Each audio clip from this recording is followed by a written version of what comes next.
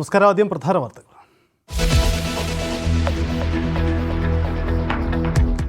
പാലക്കാട്ടെ പോരിന് പരിഹാരം തേടാൻ BJP യോഗം കൊച്ചിയിൽ തുടരുന്നു. വിട്ടുനിന്ന് PK കൃഷ്ണദാസ് പക്ഷത്തെ പ്രമുഖർ MT രമേശും AN രാധാകൃഷ്ണനും യോഗത്തിനില്ല.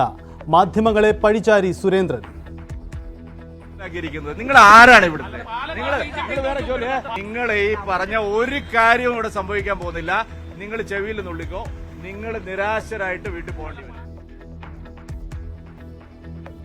സുരേന്ദ്രനെ അധ്യക്ഷ സ്ഥാനത്ത് നിന്ന് മാറ്റാനിടയില്ല. ഏൽപ്പിച്ച ഉത്തരവാദിത്തം നിർവഹിക്കുമെന്ന് ശോഭ സുരേന്ദ്രൻ.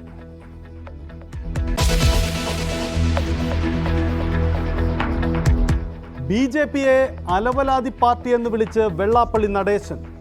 പാർട്ടിയുടെ കേഡർ സംവിധാനം നഷ്ടപ്പെട്ടെന്ന് കുറ്റപ്പെടുത്തൽ. EP ജയരാജന്റെ ആത്മകഥാ വിവാദമുണ്ടായത് തെറ്റായ ദിവസമായിരുന്നുവെന്നും വെള്ളാപ്പള്ളി.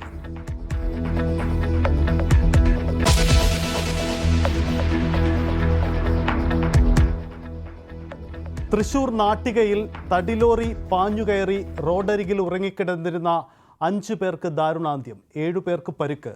മരിച്ചവരിൽ 2 കുട്ടികളും. അപകടത്തിൽപ്പെട്ടത് നാടോടി സംഘങ്ങൾ. ഡ്രൈവർ മദ്യപിച്ച് ഉറങ്ങിപ്പോയതിനാൽ ലോറി ഓടിച്ചത് ക്ലീനർ. 2 പേരും കസ്റ്റഡിയിൽ. സമഗ്ര അന്വേഷണം നടത്താൻ ഉത്തരവിട്ട് ഗതാഗത മന്ത്രി KB ഗണേഷ് കുമാർ.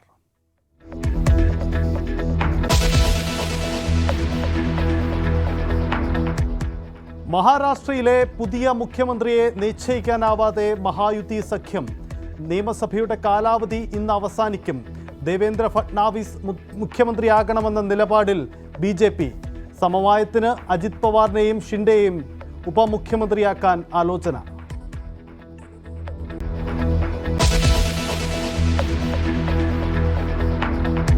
ADM നവീൻ ബാബുവിന്റെ ആത്മഹത്യയിൽ CBI അന്വേഷണം ആവശ്യപ്പെട്ട് കുടുംബം. പോലീസ് അന്വേഷണത്തിൽ തൃപ്തിയില്ല. തെളിവുകൾ സംരക്ഷിക്കണമെന്ന് ആവശ്യപ്പെട്ട് കുടുംബം നൽകിയ ഹർജി വിധി പറയാൻ മാറ്റി.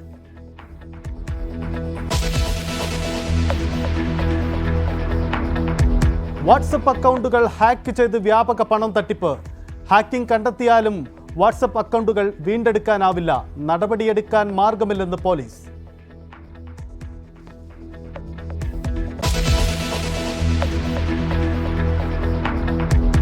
+2 കോഴക്കേസിൽ സർക്കാരിനും EDക്കും തിരിച്ചടി. KM ഷാജിക്കെതിരായ അപ്പീൽ സുപ്രീം കോടതി തള്ളി. ഹൈക്കോടതി വിധിക്കെതിരെ അപ്പീൽ കൊടുത്തത് EDക്കൊപ്പം സംസ്ഥാന സർക്കാരും. കേട്ടുകേൾവിയുടെ അടിസ്ഥാനത്തിലുള്ള മൊഴിയല്ല വേണ്ടതെന്ന് കോടതി.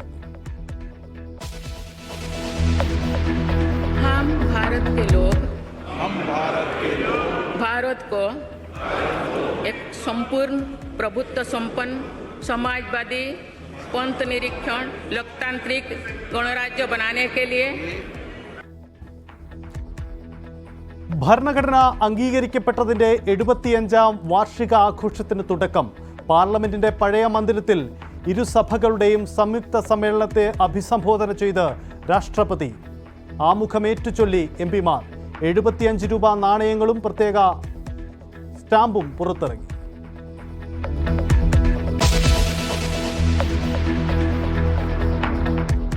DC ബുക്സിന്റെ വിശദീകരണം തള്ളി EP ജയരാജൻ. ആർക്കും ആത്മകഥ പ്രസിദ്ധീകരിക്കാൻ അനുവാദം നൽകിയിട്ടില്ലെന്ന് EP. ക്രിമിനൽ ഗൂഢാലോചന പുറത്തു വരണമെന്നാവശ്യം.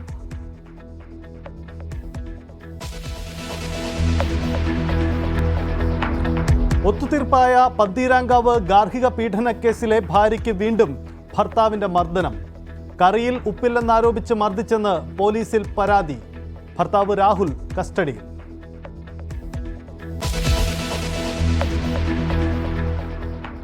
പരസ്യപോര് ചർച്ച ചെയ്ത് BJP.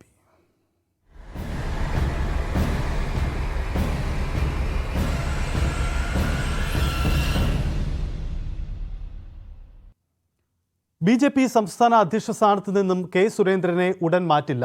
നേതൃമാറ്റത്തിൽ തിടുക്കത്തിൽ തീരുമാനം വേണ്ടെന്ന നിലപാടിലാണ് കേന്ദ്ര നേതൃത്വം. വിമത നീക്കമാണ് പാലക്കാട്ടെ പരാജയത്തിന് കാരണമെന്ന് K സുരേന്ദ്രൻ കേന്ദ്ര നേതൃത്വത്തെ അറിയിച്ചു.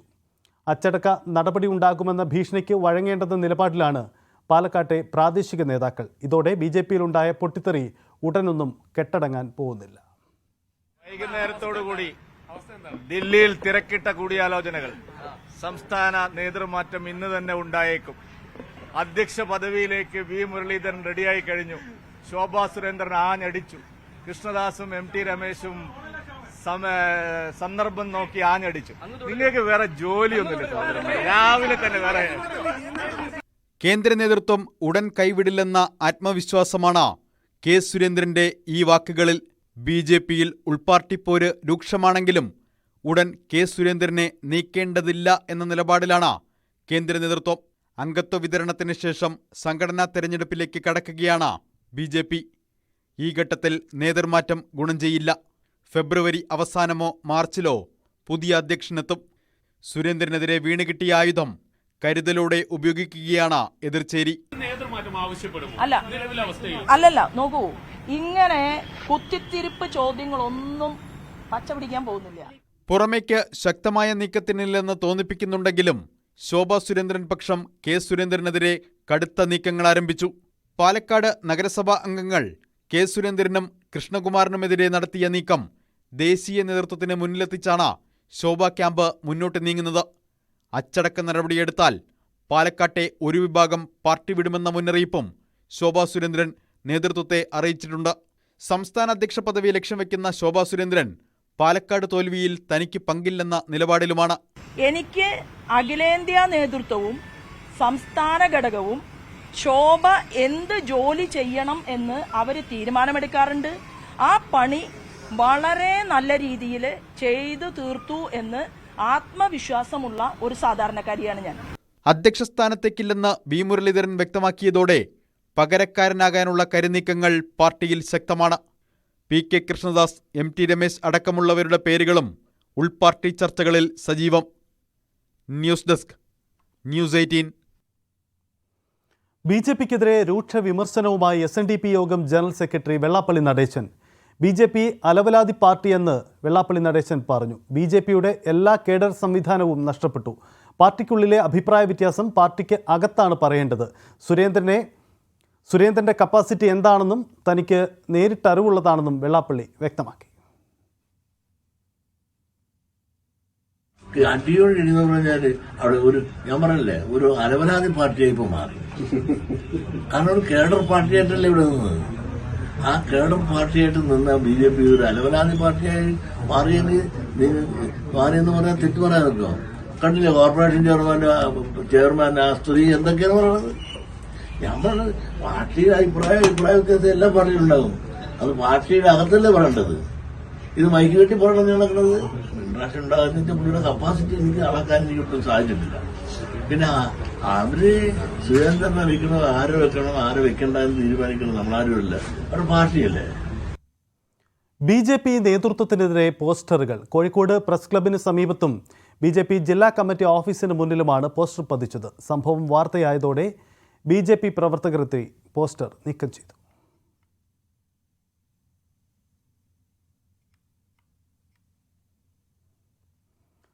പാലക്കാട് നഗരസഭയിൽ BJP CPM അംഗങ്ങൾ തമ്മിൽ വാക്കേറ്റവും കയ്യാങ്കളിയും. ഉപതെരഞ്ഞെടുപ്പിൽ BJP വോട്ട് എവിടെ പോയെന്ന CPM അംഗങ്ങളുടെ ചോദ്യമാണ് BJP അംഗങ്ങളെ പ്രകോപിപ്പിച്ചത്. മൂന്നാം സ്ഥാനത്ത് തുടരുന്ന CPMന്റെ വേദന തങ്ങൾക്കറിയാമെന്ന് BJP അംഗങ്ങൾ പരിഹസിച്ചു.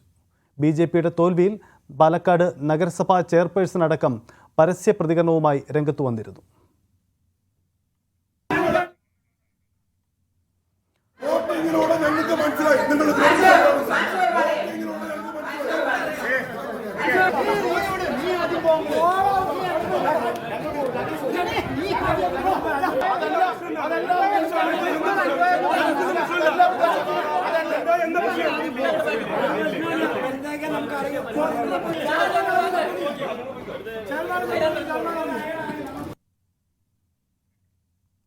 കണ്ണൂർ ADM ആയിരുന്ന നവീൻ ബാബു ആത്മഹത്യ ചെയ്ത കേസിൽ CBI അന്വേഷണം ആവശ്യപ്പെട്ട കുടുംബം. ഈ ആവശ്യമുന്നയിച്ച് കുടുംബം ഹൈക്കോടതിയെ സമീപിച്ചു. പോലീസ് അന്വേഷണത്തിൽ തൃപ്തിയില്ലെന്ന് ഹർജിയിൽ പറയുന്നു.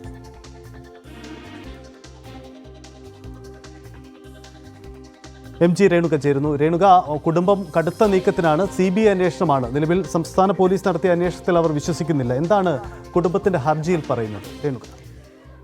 സജിത്ത്, കുടുംബത്തിന്റെ ഭാഗത്ത് നിന്ന് ഇത്തരമൊരു നീക്കം പ്രതീക്ഷിച്ചിരുന്നതാണ്. ആ നീക്കമാണ് ഇപ്പോൾ ഉണ്ടായിരിക്കുന്നത്.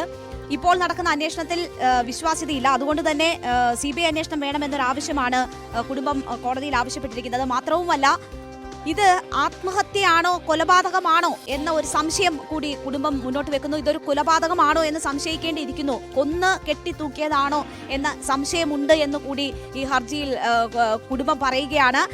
ആദ്യമായാണ് ഇത്രമാത്രം ഈ മരണത്തിലുള്ള സംശയം കുടുംബത്തിന്റെ ഭാഗത്തു നിന്ന് തന്നെ മുന്നോട്ട് വെക്കുന്നത്. അതുകൊണ്ട് തന്നെ ഇത് CBI അന്വേഷിക്കണം എന്നൊരു ആവശ്യമാണ് കുടുംബം പറയുന്നത്.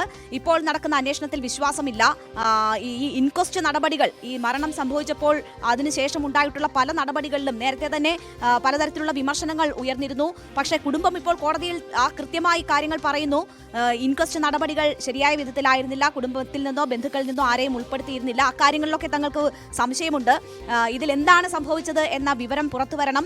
നവീൻ ബാബുവിന് നീതി ലഭിക്കണമെങ്കിൽ അത് CBI അന്വേഷണത്തിലൂടെ മാത്രമേ സാധ്യമാകൂ എന്നതാണ് കുടുംബം ഇപ്പോൾ ചൂണ്ടിക്കാട്ടുന്നത്.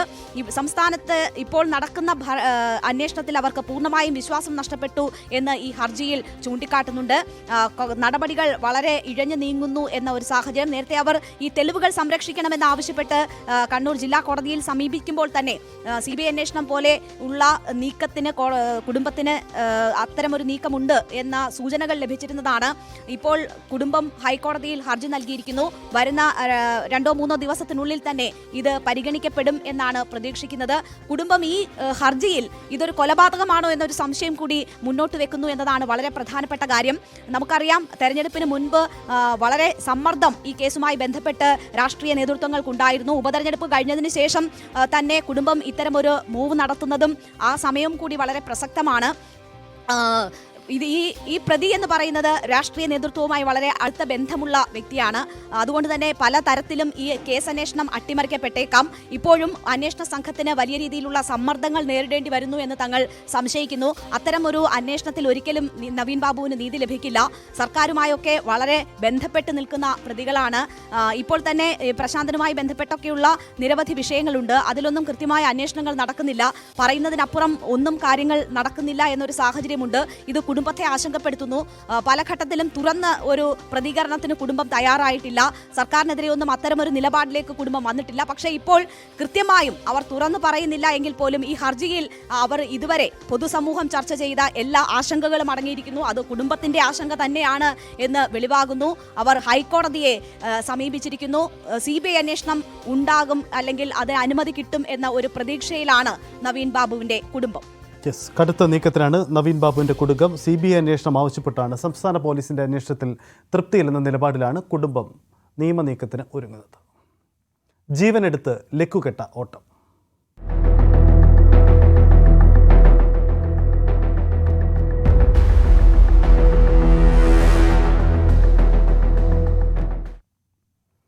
തൃശൂർ നാട്ടികയിൽ റോഡിൽ കിടന്നുറങ്ങിയ നാടോടി സംഘത്തിന് മേൽ ലോറി പാഞ്ഞു കയറി വൻ ദുരന്തം. 2 പിഞ്ചു കുഞ്ഞുങ്ങൾ ഉൾപ്പെടെ 5 പേർക്കാണ് ജീവൻ നഷ്ടമായത്. ലോറി ജീവനക്കാർ മദ്യപിച്ചിരുന്നതായും ക്ലീനറാണ് വാഹനമോടിച്ചതെന്നും പോലീസ് വ്യക്തമാക്കി. ഇന്ന് പുലർച്ചെ 4 മണിയോടെയാണ് നാടിനെ നടുക്കിയ അപകടം. ദേശീയപാത നിർമ്മാണത്തിന്റെ ഭാഗമായി വാഹനങ്ങൾ നിരോധിച്ചയിടത്താണ് നാടോടി കുടുംബങ്ങൾ അന്തിയുറങ്ങിയത്. വാഹനങ്ങൾ എത്താതിരിക്കാൻ ബാരിക്കേഡുകൾ സ്ഥാപിച്ചിരുന്നു. ഇവിടേക്കാണ് തടിയുമായി എത്തിയ ലോറി പാഞ്ഞു കയറിയത്. 2 കുട്ടികളടക്കം 5 പേർ സംഭവസ്ഥലത്ത് മരിച്ചു. കാളിയപ്പൻ, ജീവൻ, നാഗമ്മ, ബംഗഴി എന്നിവരാണ് മരിച്ചത്. 7 പേർക്ക് സാരമായി പരുക്കേറ്റു. അപകടശേഷം വാഹനം വീണ്ടും മുന്നോട്ടുപോയി. ഇത് നാട്ടുകാർ തടയുകയായിരുന്നു.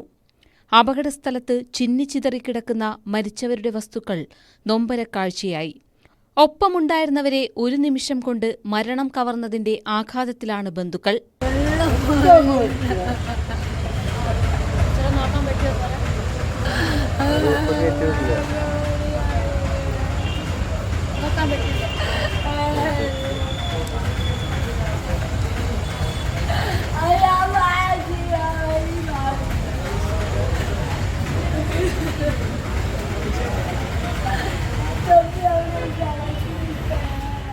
സംഭവത്തിൽ lorry driver Jose, cleaner Alex എന്നിവർ അറസ്റ്റിലായി. ഇവർക്കെതിരെ മനഃപൂർവ്വമായ നരഹത്യയ്ക്ക് കേസെടുത്തു. പ്രതികൾ മാഹിയിൽ നിന്ന് മദ്യം വാങ്ങിയതായും അവിടം മുതൽ ഇരുവരും മദ്യപിച്ചിരുന്നതായും പോലീസ് പറയുന്നു. അപകടസമയം ലോറി ഓടിച്ചത് ക്ലീനറായിരുന്നു. ഇയാൾക്ക് ലൈസൻസ് ഇല്ല. നടപടികൾക്ക് ശേഷം മൃതദേഹങ്ങൾ നാട്ടിലെത്തിക്കും. അപകടത്തിന്റെ പശ്ചാത്തലത്തിൽ പൊതു ഇടങ്ങളിൽ അന്തിയുറങ്ങുന്ന നാടോടികളെപ്പറ്റി വിവരശേഖരണം നടത്തുമെന്ന് പോലീസ് അറിയിച്ചു. അപകടത്തിൽപ്പെട്ട സംഘത്തോട് മാറി താമസിക്കാനും നിർദ്ദേശം നൽകി. ന്യൂസ് 18 തൃശൂർ. ഇന്ന് മറ്റൊരു അപകടമുണ്ടായത് ഇടുക്കിയിലാണ്. ഇടുക്കി ഏലപ്പാറയിൽ ഓടിക്കൊണ്ടിരുന്ന KSRTC ബസ്സിൽ നിന്നും തെറിച്ചു വീണ സ്ത്രീക്ക് ദാരുണാന്ത്യം. ഉപ്പുതറ ചീന്തലാർ സ്വദേശി സ്വർണ്ണമ്മയാണ് മരിച്ചത്. മലയോര ഹൈവേയിൽ കട്ടപ്പന കുട്ടിക്കാനം റൂട്ടിലാണ് സംഭവമുണ്ടായത്. ബസ്സിന്റെ പിൻവാതിലിന് സമീപം നിൽക്കവെയാണ് അവർ തെറിച്ചു വീണത്. അപകട കാരണം സംബന്ധിച്ച് റിപ്പോർട്ട് നൽകാൻ KSRTC MD നിർദ്ദേശം നൽകി. +2 കോഴക്കേസിൽ സർക്കാരിനും ഇഡിക്കും തിരിച്ചടി. മുൻ MLAയും മുസ്ലിം ലീഗ് നേതാവുമായ KM ഷാജിക്കെതിരായ അപ്പീൽ സുപ്രീം കോടതി തള്ളി. കേസ് റദ്ദാക്കിയ ഹൈക്കോടതി വിധിക്കെതിരെയാണ് സർക്കാരും ഇഡിയും സുപ്രീം കോടതിയെ സമീപിച്ചത്. ഹൈക്കോടതി വിധിയിൽ ഇടപെടേണ്ട സാഹചര്യമില്ലെന്ന് സുപ്രീം കോടതി വിലയിരുത്തി. വാക്കാലുള്ള പരാമർശങ്ങളല്ല, തെളിവുകളാണ് വേണ്ടതെന്നും കോടതി വ്യക്തമാക്കി. ഹൈക്കോടതി വിധി റദ്ദാക്കണമെന്ന സംസ്ഥാന സർക്കാരിൻ്റെ ഹർജിയിൽ നിരവധി പിഴവുകളുണ്ടെന്ന് ചൂണ്ടിക്കാട്ടിയായിരുന്നു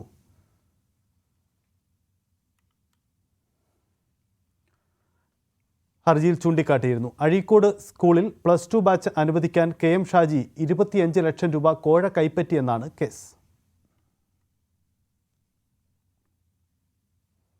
ഉപതെരഞ്ഞെടുപ്പ് ദിനത്തിലെ ആത്മകഥാ വിവാദത്തിൽ തനിക്കെതിരെ ആസൂത്രിത ഗൂഢാലോചന നടന്നെന്ന് ആവർത്തിച്ച് EP ജയരാജൻ. പാർട്ടിക്ക് അകത്തും പുറത്തും തന്നെ ദുർബലപ്പെടുത്തുകയായിരുന്നു ലക്ഷ്യം. വ്യക്തമായ സൂചന കിട്ടിയാൽ ഗൂഢാലോചനയ്ക്ക് പിന്നിൽ ആരെന്ന് പുറത്തു പറയുമെന്നും EP ജയരാജൻ പ്രതികരിച്ചു. പ്രസാധകർ പാലിക്കേണ്ട മര്യാദ DC ബുക്സ് പാലിച്ചില്ലെന്ന് വിമർശിച്ച EP ഒരു വരി പോലും പ്രസിദ്ധീകരണത്തിനായി ആർക്കും നൽകിയിട്ടില്ലെന്നും വ്യക്തമാക്കി. തികച്ചും ഇതൊരു ആസൂത്രിതമാണ്. ടൈംസ് ഓഫ് ഇന്ത്യയെ മുന്നിൽ നിർത്തി മറ്റ് പത്രങ്ങളിൽ വാർത്ത കൊടുപ്പിച്ച് മറ്റ് മാധ്യമങ്ങളുടെ ലീഗൽ പ്രൊട്ടക്ഷൻ ഉറപ്പുവരുത്തിച്ചിട്ട് നടത്തിയിട്ടുള്ള ആസൂത്രിതമായൊരു പദ്ധതിയാണ്. എനിക്ക് ലഭ്യമാക്കാൻ കഴിയാവുന്നിടത്തോളമുള്ള കാര്യങ്ങൾ വെച്ചുകൊണ്ട് ഈ ഗൂഢാലോചനയുടെ കോൺസ്പിറസിയുടെ കേന്ദ്രബിന്ദു, ഈ കോൺസ്പിറസി എവിടെ നിന്ന് വന്നു, എന്താണതിൻ്റെ കാര്യങ്ങൾ എൻ്റെ അറിവ് വെച്ചുകൊണ്ടും എനിക്ക് ബന്ധപ്പെടാൻ പറ്റുന്നവരുമായി ബന്ധപ്പെട്ടുകൊണ്ട് ഞാൻ മനസ്സിലാക്കിക്കൊണ്ടിരിക്കുകയാണ്. DGPക്ക് ഞാൻ പരാതി എഴുതി തയ്യാറാക്കി തിരുവനന്തപുരത്ത് കൊടുത്തു. അത് കഴിഞ്ഞിട്ട് ഞാൻ അഡ്വക്കേറ്റ് വിഷൻ മുഖാന്തരം ഒരു നിയമവശം ലീഗൽ നോട്ടീസ് DC ബുക്സിന് അയച്ചിട്ടുണ്ട്. സാധാരണ പുസ്തക പ്രസാധകന്മാർ ഉയർന്ന നിലവാരം പുലർത്താറുണ്ട്. ഇതെല്ലാം ഇവിടെ ദുർബലപ്പെടുത്തുകയാണ് ചെയ്തിട്ടുള്ളത്. എനിക്ക് സംശയത്തിൻ്റെ നിഴലിൽ നിർത്തിക്കൊണ്ട് ഒരു കാര്യവും പറയാൻ പറ്റില്ല. ഇതിൻ്റെ ഉറവിടം കണ്ടെത്താൻ നടപടികൾ സ്വീകരിക്കാൻ ഇതൊരു ഗൂഢാലോചനയാണ്, ആസൂത്രിതമായ ഗൂഢാലോചനയാണ്. EP ജയരാജന്റെ ആത്മകഥ പ്രസിദ്ധീകരിച്ചത് തെറ്റായ ദിവസമെന്ന് വെള്ളാപ്പള്ളി നടേശൻ. തെരഞ്ഞെടുപ്പ് ദിവസമുണ്ടായത് അന്തർനാടകമാണ്. EP ജയരാജനെയും സർക്കാരിനെയും ആക്രമിക്കാൻ വേണ്ടിയാണ് അങ്ങനെ ചെയ്തതെന്നും വെള്ളാപ്പള്ളി പറഞ്ഞു. അത് പ്രസിദ്ധീകരിച്ച സമയം ഒരു തെറ്റായ സമയമായിപ്പോയി. വലതുപക്ഷത്തിനെ EP-നെ മനഃപൂർവ്വം നശിപ്പിക്കാനാണ് അത് പ്രസിദ്ധീകരിച്ചതെന്ന് ആ സമയത്ത് ഇലക്ഷൻ സമയത്ത് പറഞ്ഞാൽ തെറ്റാണെന്ന് പറയാൻ പറ്റില്ല. മഹാരാഷ്ട്ര നിയമസഭയുടെ കാലാവധി ഇന്ന് അവസാനിക്കാനിരിക്കെ മുഖ്യമന്ത്രി ആരെന്ന കാര്യത്തിൽ മഹായുതി സഖ്യത്തിൽ തീരുമാനമായിട്ടില്ല. BJP നേതാവ് ദേവേന്ദ്ര ഫട്നാവിസ് അദ്ദേഹത്തിന് തന്നെയാണ് സാധ്യത കൂടുതൽ. RSSന്റെയും സഖ്യകക്ഷിയായ NCP അജിത് പവാർ പക്ഷത്തിൻ്റെയും പിന്തുണ ഫട്നാവിസിനാണ്. എന്നാൽ മുഖ്യമന്ത്രി സ്ഥാനം വേണമെന്ന ആവശ്യം ശിവസേനയ്ക്കുണ്ട് താനും. അതിനിടെ നിലവിലെ മുഖ്യമന്ത്രി ഏക്നാഥ് ഷിൻഡെ ഗവർണറെ കണ്ടു രാജി സമർപ്പിച്ചു. ഷിൻഡെ കാവൽ മുഖ്യമന്ത്രിയായി തുടരും. ദേശീയ നിരീക്ഷകർ എത്തി ചർച്ചകൾ നടത്തി ഡിസംബർ 1 മുമ്പായി സത്യപ്രതിജ്ഞ ചെയ്യാനാണ് BJP ആലോചിക്കുന്നത്. ഇടവേളയാണ്, മടങ്ങി വരാം.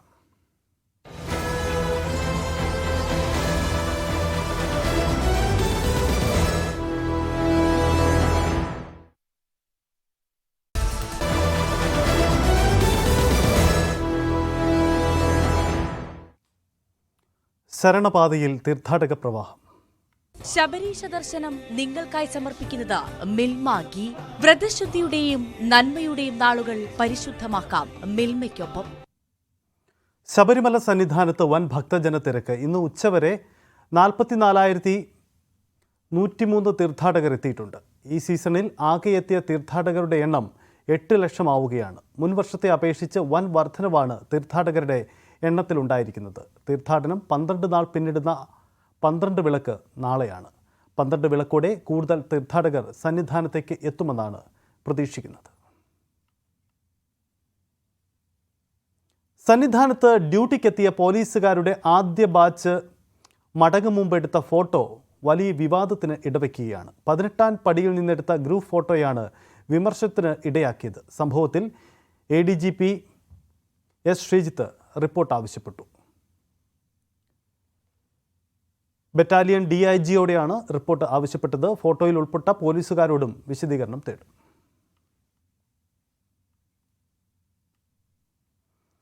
ശബരിമലയിൽ ഭക്തരിൽ നിന്ന് അമിതവില ഈടാക്കുന്ന കടകൾക്കെതിരെ കർശന നടപടി വേണമെന്ന് ഹൈക്കോടതി. ശബരിമല തീർത്ഥാടനത്തിലെ ക്രമീകരണങ്ങളുമായി ബന്ധപ്പെട്ട ഹർജികൾ പരിഗണിക്കവെയാണ് ഹൈക്കോടതി ദേവസ്വം ബെഞ്ചിന്റെ നിർദ്ദേശം. നിലയ്ക്കൽ, പമ്പ, സന്നിധാനം എന്നിവിടങ്ങളിലെ ഡ്യൂട്ടി മജിസ്ട്രേറ്റുകൾക്കാണ് നിർദ്ദേശം നൽകിയിരിക്കുന്നത്. നിശ്ചിത ഇടവേളകളിൽ കടകളിൽ പരിശോധന നടത്തണം. ശബരിമല ക്ഷേത്ര തിരുമുറ്റത്തും സോപാനത്തിലുമുള്ള മൊബൈൽ വീഡിയോ ചിത്രീകരണത്തിൽ എക്സിക്യൂട്ടീവ് ഓഫീസറോട് ഹൈക്കോടതി റിപ്പോർട്ട് തേടി. ശബരീശ ദർശനം നിങ്ങൾക്കായി സമർപ്പിച്ചത് മിൽമാഗി. വ്രതശുദ്ധിയുടെയും നന്മയുടെയും നാളുകൾ പരിശുദ്ധമാക്കാം മിൽമയ്ക്കൊപ്പം. മറ്റൊരു വാർത്തയിലേക്ക് വരുമ്പോൾ, കോഴിക്കോട് പന്തീരാങ്കാവ് ഗാർഹിക പീഡനക്കേസിൽ വീണ്ടും ട്വിസ്റ്റ്. ഭാര്യയുടെ പരാതിയിൽ രാഹുലിനെ നരഹത്യാശ്രമം അടക്കമുള്ള കുറ്റങ്ങൾ ചുമത്തി വീണ്ടും അറസ്റ്റ് ചെയ്തു. മീൻകറിക്ക് പുളിയും ഉപ്പുമില്ലെന്ന് ആരോപിച്ച് മർദ്ദിച്ചുവെന്നാണ് പരാതി. വിവാഹം കഴിഞ്ഞ ദിവസങ്ങൾക്കുള്ളിൽ യുവതി ഗാർഹിക പീഡനത്തിനിരയായ സംഭവം വലിയ ചർച്ചയായിരുന്നു. വിവാദങ്ങൾക്കിടെ ഭർത്താവിനൊപ്പം ജീവിക്കാനാണ് താൽപര്യം എന്നറിയിച്ച് യുവതി രംഗത്തെത്തിയതോടെ കേസ് ഹൈക്കോടതി റദ്ദാക്കി. മാസങ്ങൾ പിന്നിടുമ്പോൾ ഭർത്താവ് രാഹുലിനെതിരെ അതേ പരാതി വീണ്ടും ഉയരുകയാണ്. മീൻകറിക്ക് പുളിയും ഉപ്പും ഇല്ലെന്നാരോപിച്ചാണ് യുവതിയെ മർദ്ദിച്ചത്. കണ്ണിലും മുഖത്തും പരുക്കേറ്റ നിലയിൽ യുവതി കോഴിക്കോട് ആശുപത്രിയിൽ ചികിത്സയിലാണ്. പരുക്കേറ്റ യുവതിയെ ആശുപത്രിയിൽ എത്തിച്ച ശേഷം രാഹുൽ മുങ്ങി. പോലീസ് എത്തി മൊഴിയെടുക്കാൻ ശ്രമിച്ചെങ്കിലും പരാതിയില്ലെന്ന് യുവതി എഴുതി നൽകി. മാതാപിതാക്കൾ എത്തിയതോടെയാണ് പോലീസ് സ്റ്റേഷനിലെത്തി പരാതി നൽകാൻ തയ്യാറായത്. 1.5 മാസത്തിനിടയിൽ നിരവധി തവണ മകളെ രാഹുൽ മർദ്ദിച്ചതായും വീട്ടിൽ ഫോൺ ചെയ്യാൻ പോലും അനുവാദമില്ലെന്നും മാതാപിതാക്കൾ പറയുന്നു. അതിനിടെ ആശുപത്രിയിൽ നിന്ന് മുങ്ങിയ രാഹുലിനെ പാലാഴിയിൽ വെച്ച് പോലീസ് കസ്റ്റഡിയിലെടുത്തു. മദ്യപിച്ച് പ്രശ്നമുണ്ടാക്കിയതിനാണ് അറസ്റ്റ്. ഭാര്യയുടെ പരാതിയിൽ പീഡനം, നരഹത്യാശ്രമം തുടങ്ങിയ വകുപ്പുകളും രാഹുലിനെതിരെ ചുമത്തി. ന്യൂസ് 18 കോഴിക്കോട്. പോലീസിന്റെ ജാഗ്രതാ മുന്നറിയിപ്പിനിടയിലും സംസ്ഥാനത്ത് വാട്സപ്പ് ഹാക്കിംഗ് തട്ടിപ്പ് തുടരുകയാണ്. മെറ്റയ്ക്ക് പരാതി നൽകിയിട്ടും ദിവസങ്ങൾ കഴിഞ്ഞിട്ടും പലർക്കും വാട്സപ്പിന്റെ നിയന്ത്രണം തിരികെ കിട്ടിയിട്ടില്ല. ജാഗ്രത നൽകിയതിനപ്പുറം പോലീസും വിഷയത്തിൽ കൈമലർത്തുകയാണ്. ഇതുവരെ പുറത്തുവന്ന സൈബർ തട്ടിപ്പുകളിൽ ഏറ്റവും ജാഗ്രത പുലർത്തേണ്ട ഒന്നാണ് വാട്സപ്പ് ഹാക്കിംഗ്. സ്വന്തം നമ്പറിലുള്ള അക്കൗണ്ടിന്റെ നിയന്ത്രണം നഷ്ടപ്പെടുന്നതോടെ പണം ആവശ്യപ്പെട്ടുകൊണ്ടുള്ള തട്ടിപ്പിന് പുറമെ വ്യക്തിയുടെ സ്വകാര്യതയും നഷ്ടമാക്കും. സ്വന്തം പേരിലുള്ള വ്യാജൻ കോൺടാക്റ്റിലുള്ള മറ്റുള്ളവരെ തേടിയെത്തും. തട്ടിപ്പിന്റെ തുടക്കം എങ്ങനെയാണ്? പരിചിത നമ്പറിൽ നിന്നും 6 അക്ക ഡിജിറ്റൽ കോഡ് തേടി വാട്സപ്പ് സന്ദേശമെത്തും. പ്രതികരിക്കുന്നവരുടെ അക്കൗണ്ട് അതോടെ ഹാക്ക് ചെയ്യപ്പെടുന്നു. കോൺടാക്ട് നമ്പറുകളിലേക്ക് പണം ആവശ്യപ്പെട്ടുകൊണ്ട് സന്ദേശമെത്തും.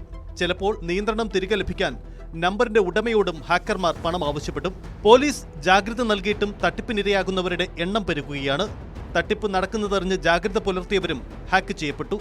ആ സമയത്ത് ഇതിലേക്ക് പെട്ടെന്നൊരു പോപ്പപ്പ് പോലെ ഒരു 6 ഡിജിറ്റ് നമ്പർ വരുന്നു. ഈ നമ്പർ ഞാൻ അപ്പോൾ പെട്ടെന്ന് ഓർക്കുന്നില്ല. ഈ നമ്പർ ഞാൻ സ്വൈപ്പ് ചെയ്തുകൊണ്ട് ഇത് സ്ക്രീനിൽ നിന്ന് ഡിസപ്പിയർ ചെയ്യാൻ നോക്കുന്നു. ആ സമയത്ത് ഇതിൽ നിന്ന് ഇത് കോപ്പി പേസ്റ്റ് ആയതാണെന്ന് കരുതുന്നു. എൻ്റെ ഫോണിൽ മെസ്സേജ് പോയതായിരിക്കാം. ഈ പിൻ നമ്പർ എൻ്റെ ഫോണിൽ വാട്സപ്പിലേക്ക് എൻ്റർ ആകുന്നു എന്ന് കരുതുന്നു. അങ്ങനെയാണ് ഇത് സംഭവിച്ചത്. ഒരു 6 ഡിജിറ്റ് നമ്പർ വന്നു. അതിന് തൊട്ട് പുറകെ നമ്മൾ സ്വാഭാവികം ചിലപ്പോൾ വാട്സപ്പ് നമ്മൾ ഇത്തരത്തിൽ ആപ്ലിക്കേഷനുകൾ നമ്മൾ ഫോണിലേക്ക് ഇൻസ്റ്റാൾ ചെയ്യുമ്പോൾ വെരിഫിക്കേഷൻ വരുന്ന കോള്, അത്തരത്തിലൊരു കോള് വന്നിരുന്നു. ആ കോൾ ഞാൻ ഡിനേ ചെയ്യുകയാണ് ചെയ്തത്. പക്ഷേ അതിനിടയ്ക്ക് ഈ വാട്സപ്പ് ഹാക്ക് ചെയ്യപ്പെട്ടിരുന്നു. ഹാക്ക് ചെയ്യപ്പെട്ട് പല ദിവസങ്ങൾ കഴിഞ്ഞിട്ടും അക്കൗണ്ട് നിയന്ത്രണം തിരികെ ലഭിച്ചിട്ടില്ല. വാട്സപ്പ് ഉടമസ്ഥരായ മെറ്റയ്ക്ക് പരാതി നൽകുക മാത്രമാണ് ഏക വഴി. പക്ഷേ ഇത് പലപ്പോഴും ഫലം കാണുന്നില്ല. എവിടെയാണോ ഈ തട്ടിപ്പ് വരുന്നത് ആ സംസ്ഥാനത്തിന് വെളിയിലുള്ള മറ്റൊരു സംസ്ഥാനത്ത് നിന്നാണ് കൂടുതലും ഇത്തരത്തിലുള്ള മെസ്സേജുകളും കോളുകളും വരുന്നത്. അവര് പലപ്പോഴും നമ്മളുടെ ഒരു അന്വേഷണ സംഘം ആ സംസ്ഥാനത്ത് എത്താൻ എടുക്കുന്ന ഒരു കാലതാമസം ഉണ്ടാവും. ആ സമയം കൊണ്ട് ഇവര് അവരുടെ പൈസ രക്ഷപ്പെടുത്തുന്ന ഒരു രീതിയിലാണ് വരുന്നത്. അതുകൊണ്ട് നമുക്കിത് അവരിലേക്ക് എത്താൻ പറ്റും. കാരണം അതിനൊരു സഹായം വേണ്ടത് മെറ്റയുടെ, അതായത് ഇവരുടെ പ്രൊവൈഡേഴ്സിന്റെ സപ്പോർട്ട് വേണം. കാരണം ഇതിന്റെ ഏത് നമ്പറിൽ നിന്നാണ്, ഏത് IP ഉപയോഗിച്ചിട്ടാണ് ഇത് ചെയ്തിട്ടുള്ളത്, അവർ ആ സമയത്ത് ഉപയോഗിച്ചിരുന്ന മൊബൈൽ നമ്പർ ഏതാണ് തുടങ്ങിയിട്ടുള്ള കാര്യങ്ങൾ നൽകേണ്ടത് മെറ്റയാണ്. അപ്പൊ അവർക്ക് നമ്മൾ കമ്മ്യൂണിക്കേറ്റ് ചെയ്ത് അതിൽ നിന്നും കിട്ടുന്ന മറുപടിക്കുള്ള കാലതാമസം എടുക്കുമ്പോഴത്തേക്കും സാധാരണ ഇമ്മീഡിയറ്റ് ആയിട്ട് ചില ആളുകൾക്കെങ്കിലും പൈസ നഷ്ടപ്പെടാനുള്ള സാധ്യതയുണ്ട്. ഹാക്കർമാരുടെ ചതിയിൽ വീണ് പണം നഷ്ടപ്പെട്ടവരും നിരവധിയാണ്. പക്ഷേ ഇക്കാര്യത്തിൽ ബാങ്കുകളും കൈമലർത്തുന്നു. തട്ടിപ്പ് തിരിച്ചറിഞ്ഞ് കൂടുതൽ ജാഗ്രത പുലർത്തുക മാത്രമാണ് ഏക്കപ്പോം വഴി. News desk news 18. മറക്കരുത് നമ്മുടെ വയനാടിനെ.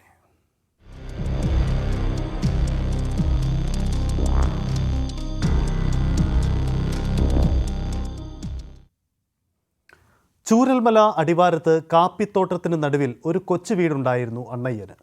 സർവ്വതും തകർത്തെറിഞ്ഞ ഉരുൾജലം കൊണ്ടുവന്ന കൂറ്റൻ മരങ്ങൾ അദ്ദേഹത്തിൻ്റെ വീടും അതിനേക്കാൾ പ്രിയപ്പെട്ട കാപ്പിത്തോട്ടവും തുടച്ചു നീക്കി. സർക്കാരിൻ്റെ കനിവിന് കാത്തിരിക്കുന്ന ചൂരൽമലയിലെ പലരിൽ ഒരാളാണ് അണ്ണയ്യൻ. ഈ സ്ഥലമാണ് എൻ്റെ 2 ഏക്കർ തോട്ടമാണ് ഈ കാണുന്നത്. ആ വേര് പൊന്തി നിൽക്കുന്നിടത്താണ് എൻ്റെ വീടുള്ളത്. ആ വീടും ഈ 2 ഏക്കർ സ്ഥലവും പരിപൂർണമായി നഷ്ടപ്പെട്ടു പോയി. എൻ്റെ വീട് ഈ അടുത്ത ഈ 5 വീടും വെള്ളത്തിൻ്റെ അത്താണ്. വീടൊന്നും ഇനി ഉപയോഗിക്കാൻ പറ്റും, ഒക്കെ വെള്ളത്തിൻ്റെ അത്താണ് ഈ പ്രദേശത്ത്. ഇത് നല്ലൊരു തോട്ടമായിരുന്നു. എൻ്റെ ജീവിതകാലത്ത് ഞാൻ കൃഷി ചെയ്ത് നല്ല വരുമാനം കൊണ്ട് ഉണ്ടാക്കുന്നതാണ്.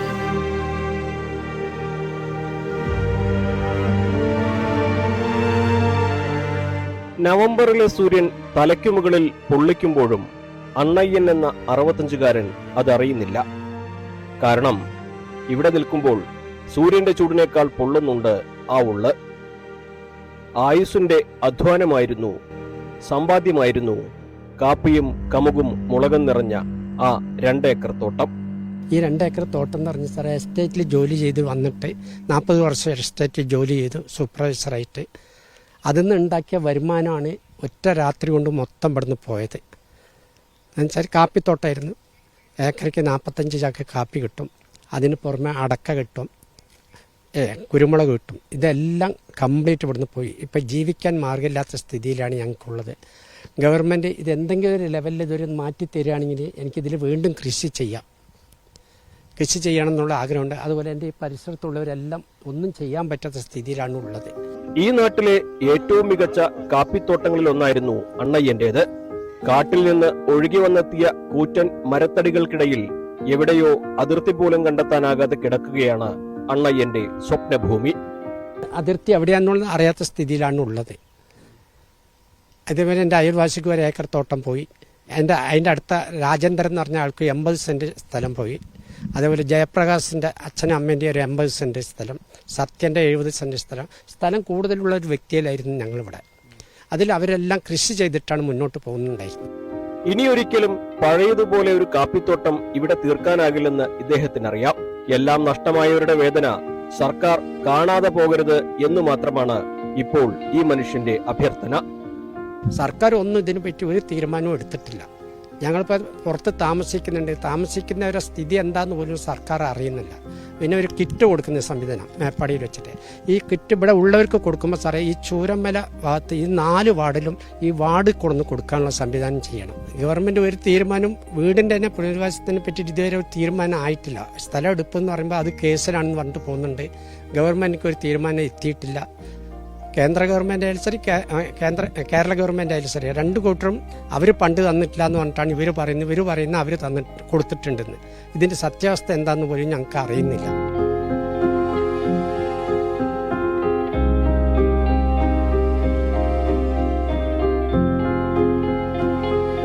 അഖിലോട്ടുപാറയ്ക്കൊപ്പം CV അനുമോദ്, ന്യൂസ് 18. സീപ്ലെയിനിൽ അനാവശ്യ വിവാദം.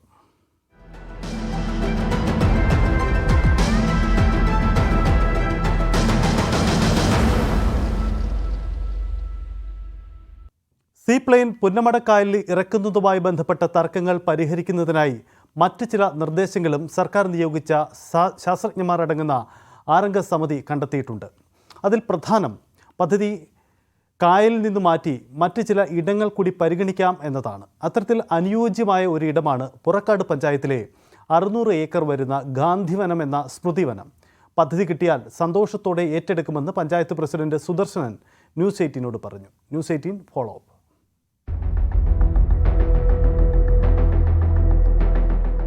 പുറക്കാട് പഞ്ചായത്തിൽ ദേശീയപാതയോട് ചേർന്നുള്ള 642 ഏക്കർ പാടശേഖരമാണ് ഗാന്ധി സ്മൃതിവനം എന്നറിയപ്പെടുന്ന പഴയ മണക്കൽ പാടശേഖരം.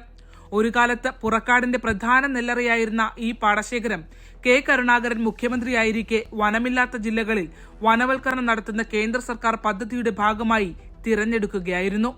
എന്നാൽ ഇടത് പ്രതിഷേധത്തെ തുടർന്ന് മരങ്ങൾ വെച്ചുപിടിപ്പിക്കലടക്കമുള്ള തുടർ പരിപാടികൾ അന്ന് നടത്താനായില്ല. കാടുപിടിച്ച് പോളകൾ നിറഞ്ഞ ഈ പ്രദേശം പാമ്പുകളുടെ പ്രധാന താവളമാണിപ്പോൾ. 2007 VS മുഖ്യമന്ത്രിയായിരിക്കെ IT പാർക്കിനായി 200 ഏക്കർ ഏറ്റെടുക്കാൻ സർക്കാർ തീരുമാനിക്കുന്നു. 8 ഏക്കർ ചിറകെട്ടി ഉയർത്തിയതോടെ കേന്ദ്ര പരിസ്ഥിതി വകുപ്പ് ഇടപെട്ട് പരിസ്ഥിതി ലോല പ്രദേശമെന്ന് പറഞ്ഞു തടഞ്ഞു. ഇതോടെ വർഷങ്ങളായി ഈ പ്രദേശം ഇങ്ങനെയാണ്.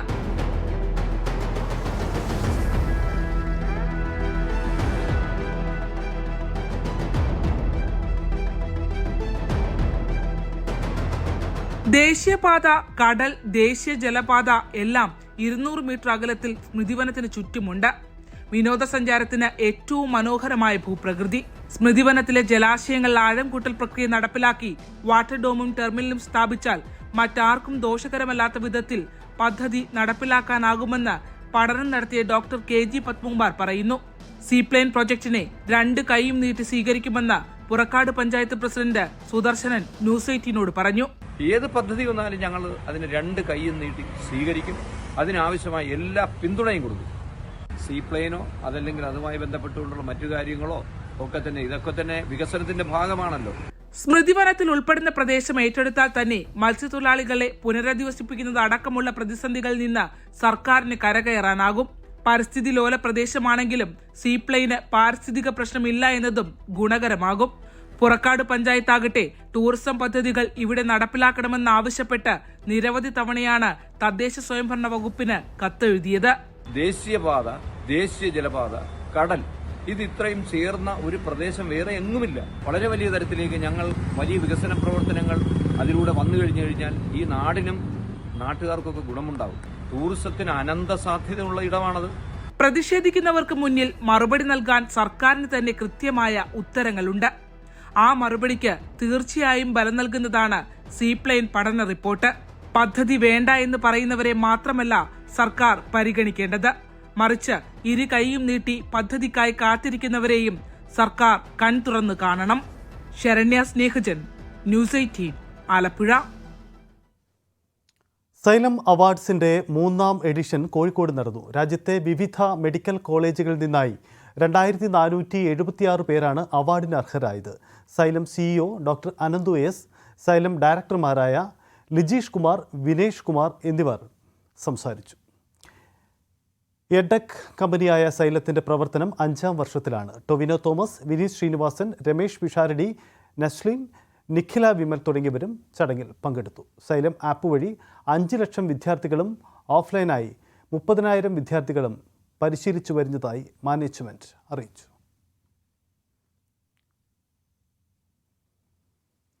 ബുള്ളറ്റിൻ പൂർണ്ണമാവുന്നു. നമസ്കാരം.